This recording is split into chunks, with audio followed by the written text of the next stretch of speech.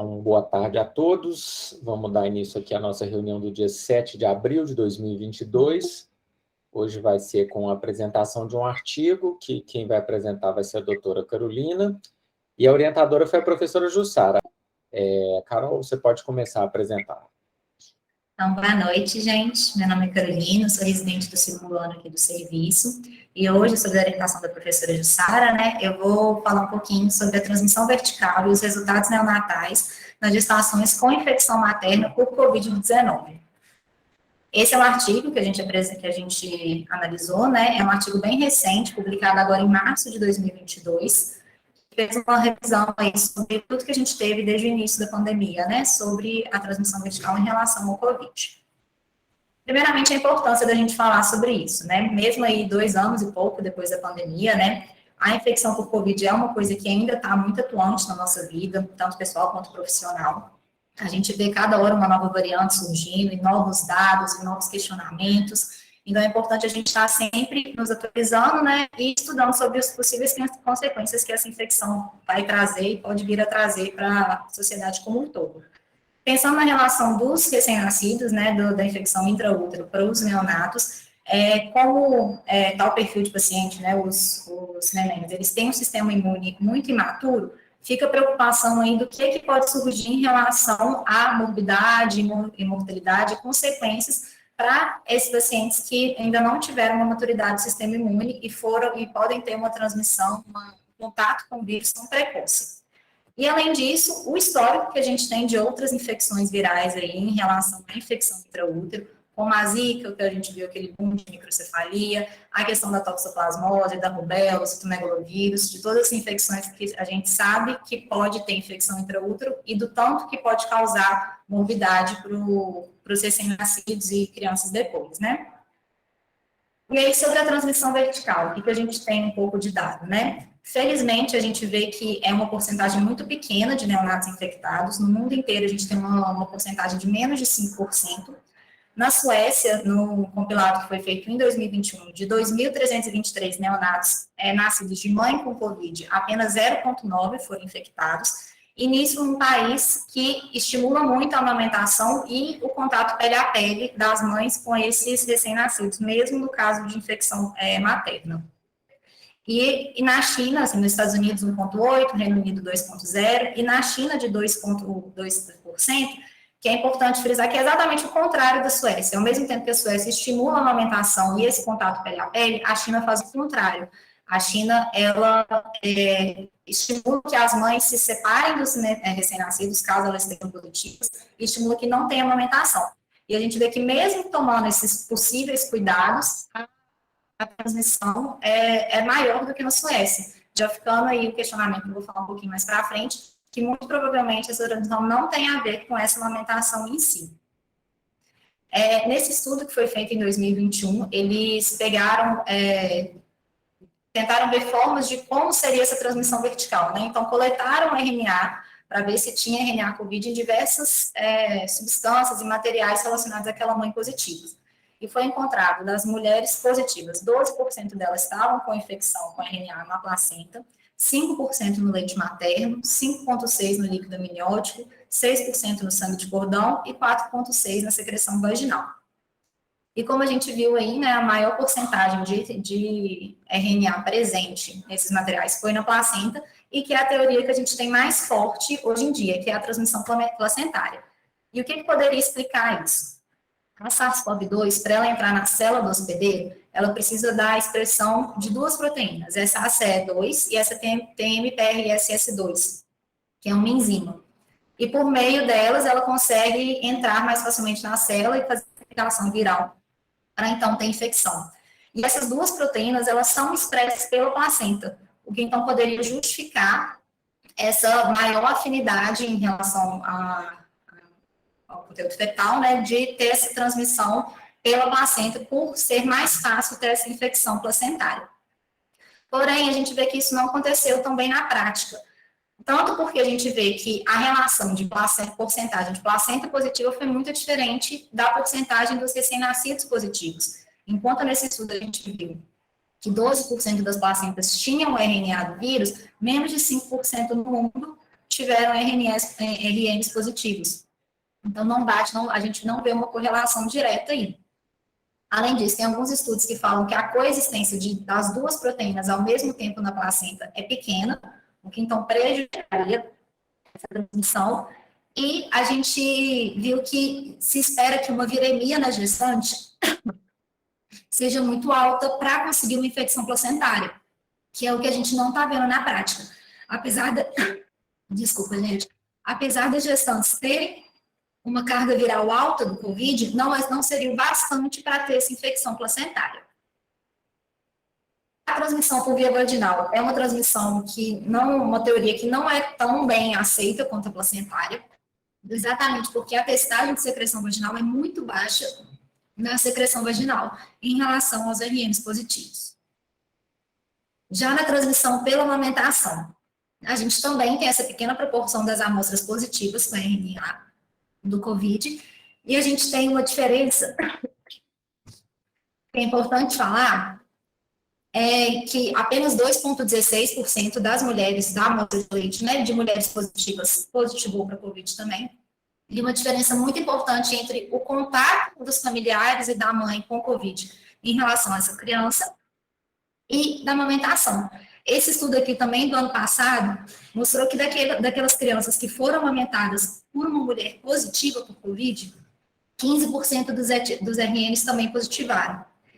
Enquanto crianças que não foram amamentadas pela mulher com COVID tiveram uma amamentação substituta, 18% positivaram.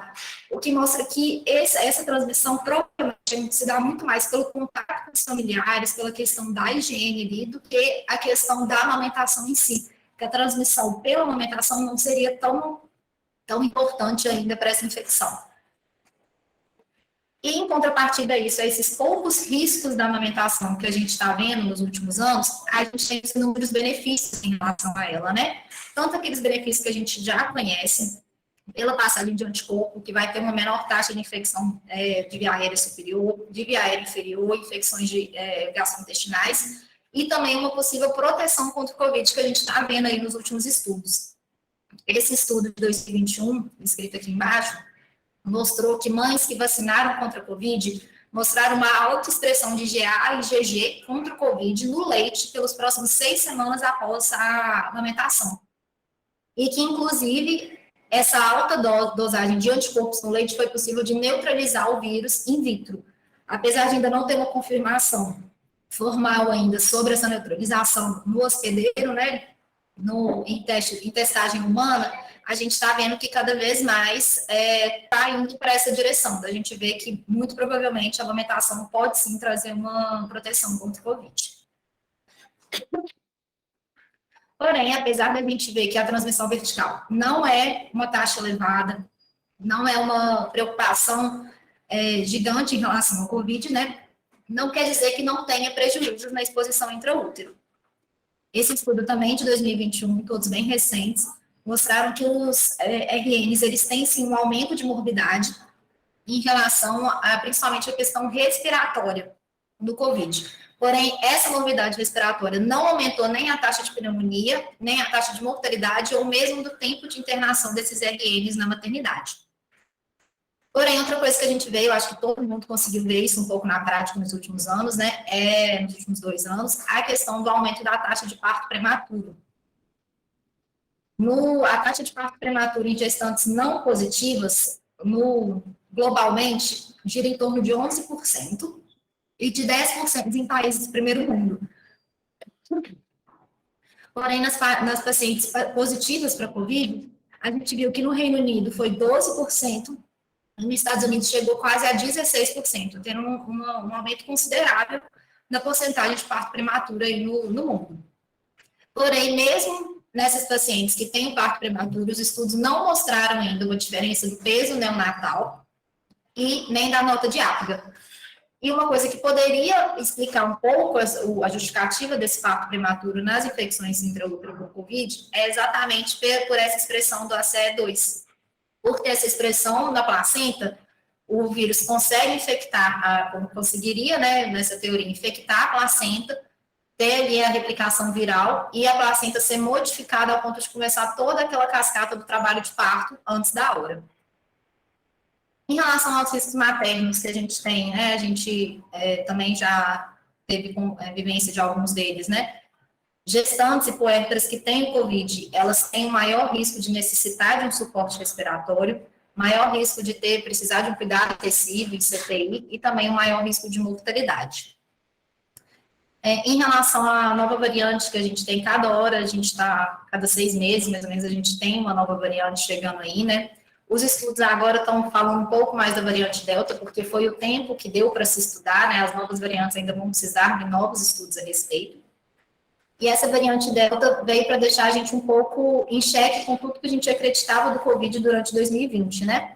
No início de 2020, a gente achava que o Covid era uma doença que não estava infectando tanto casos pediátricos, não tinha uma mortalidade alta pediátrica. E aí, a partir do final de 2020, início de 2021, a gente começou a ver um aumento desses casos, aumento de internação e aumento de óbito, o que deixa uma certa incerteza sobre o futuro, né? Será que agora que os estudos sobre essa variante estão saindo, a gente vai começar a perceber uma maior taxa de transmissão vertical, uma maior taxa de neonatos ficando internados, graves, precisando de suporte ventilatório?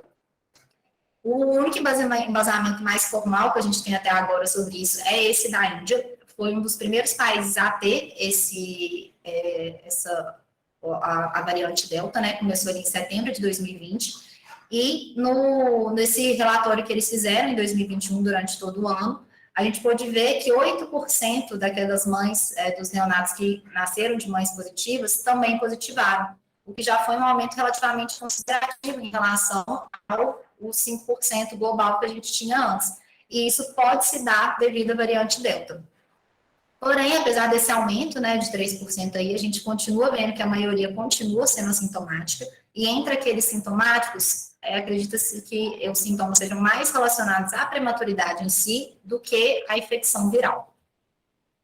E como conclusão do artigo, né, a gente vê que a importância de, mesmo com a vacinação, as 3 doses, a gente incentivar todas as gestantes, né, a vacinarem.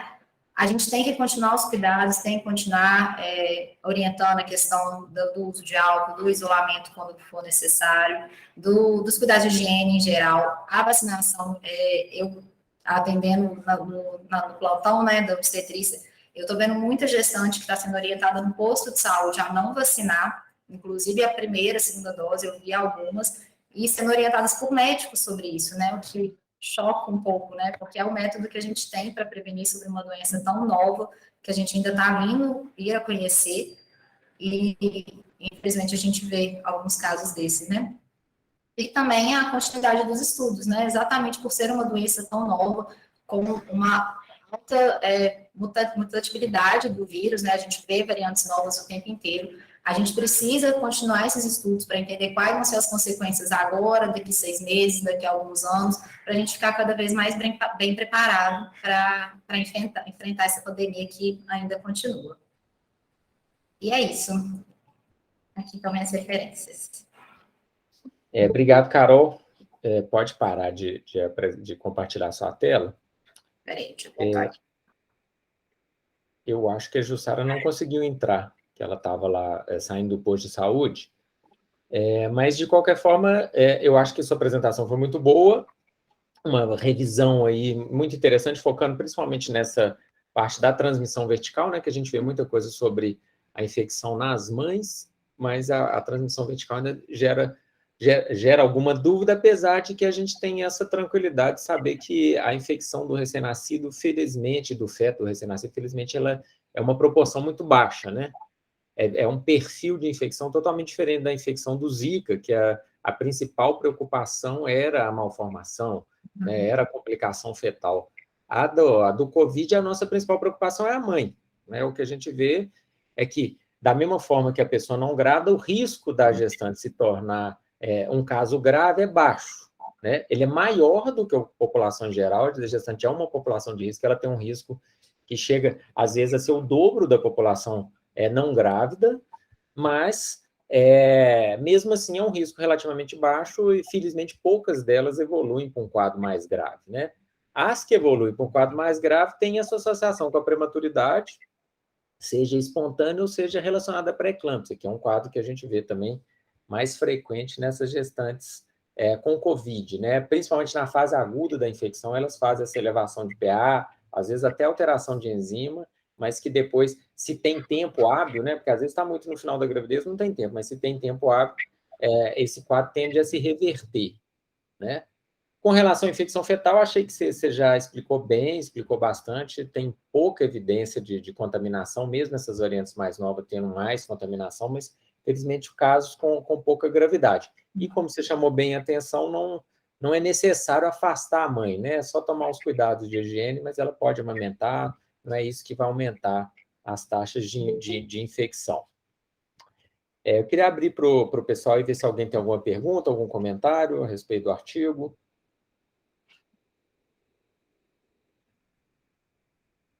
Todo mundo gostou da sua apresentação, viu, Carol? Ficaram satisfeitos com... Você esgotou o tema, vamos dizer assim. Era um artigo curtinho, mas era um artigo bom de ler, Mas, assim, não tem tanto... Assim, tem vários trabalhos, mas só estudo observacional, que é o comum nesse tipo de situação, mas, de qualquer forma, a conclusão parece óbvia, né? A taxa de infecção fetal, felizmente, é baixa e pouca repercussão para o feto, para o recém-nascido. Tudo bem, gente. Então, muito obrigado a todos e até semana que vem. Obrigada, gente. Tchau.